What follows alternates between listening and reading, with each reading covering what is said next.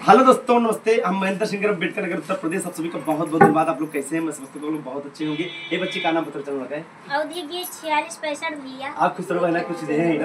हाँ भैया, चना दे हैं, गाजर दे हैं, चुकंदर दे हैं, पत्ता गोभी दे हैं और मन कुछ कुछ और। बहुत बढ़िया, बहुत बढ़िया। हाथ डाल तो खाओ, पेट भर के खाए ना।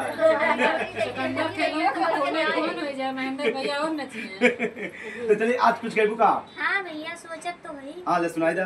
सोच रही सुनावा जल्दी जल्दी। हाँ, जल्दी सुनाओ। हर जीवना न भैया आके देखो। जीवई छता पे बोलै मोर हो, सासु का बोलाई दाना नद कलाई गे छोर हो, सासु का बोलाई दाना नद कलाई गे छोर हो, सासु का बोलाई दाना नद कलाई गे छोर हो, सासु का बोलाई दाना नद कलाई गे छोर हो, नद कलाई गे छोर हो, नद कलाई गे छोर हो, सासु का बोलाई दाना नद कलाई गे छोर हो, सासु का बोलाई दाना नद कलाई गे छोर हो, सोने की थाली में जवना बनायो, सोने की थाली में जवना परोयो, जवना बनायो हो, जवना बनायो, जवना बनायो हो, जवना बनायो। अरे जवना न जेवै छता पे बोले मोर हो, सासु का बोलाई दाना नद कलाई गे छोर हो, सासु का बोलाई दाना नद कलाई गे छोर हो, सासु का बोलाई दाना नद कलाई गे छोर हो, सासु का बोलाई दाना नद कलाई गे छोर हो, सासु का बोलाई दाना नद कलाई गे छोर हो।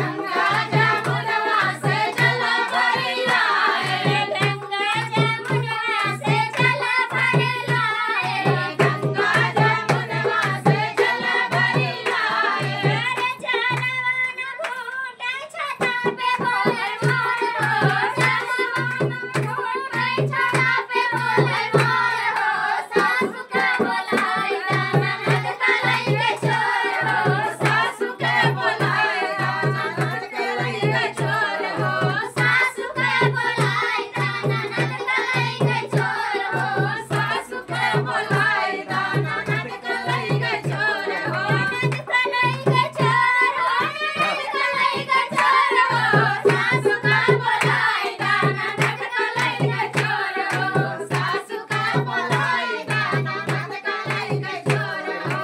साई लैची कबीरा जोड़ायो, लौंगाई लैची कबीरा जोड़ायो, लौंगाई लैची कबीरा जोड़ायो, लौंगाई लैची कबीरा जोड़ायो। अरे बीरवा न घूटे छता पे बोले मोर हो, सासु का बोलाई दाना नद कलाई गे छोर हो, सासु का बोलाई दाना नद कलाई गे छोर हो, सासु का बोलाई दाना नद कलाई गे छोर हो, सासु का बोलाई दाना नद कलाई गे छोर हो, नद कलाई गे छोर हो, नद कलाई गे छोर हो, सासु का बोलाई दाना नद कलाई गे छोर हो, सासु का बोलाई दाना नद कलाई गे छोर हो, सासु का बोलाई दाना नद कलाई गे छोर हो।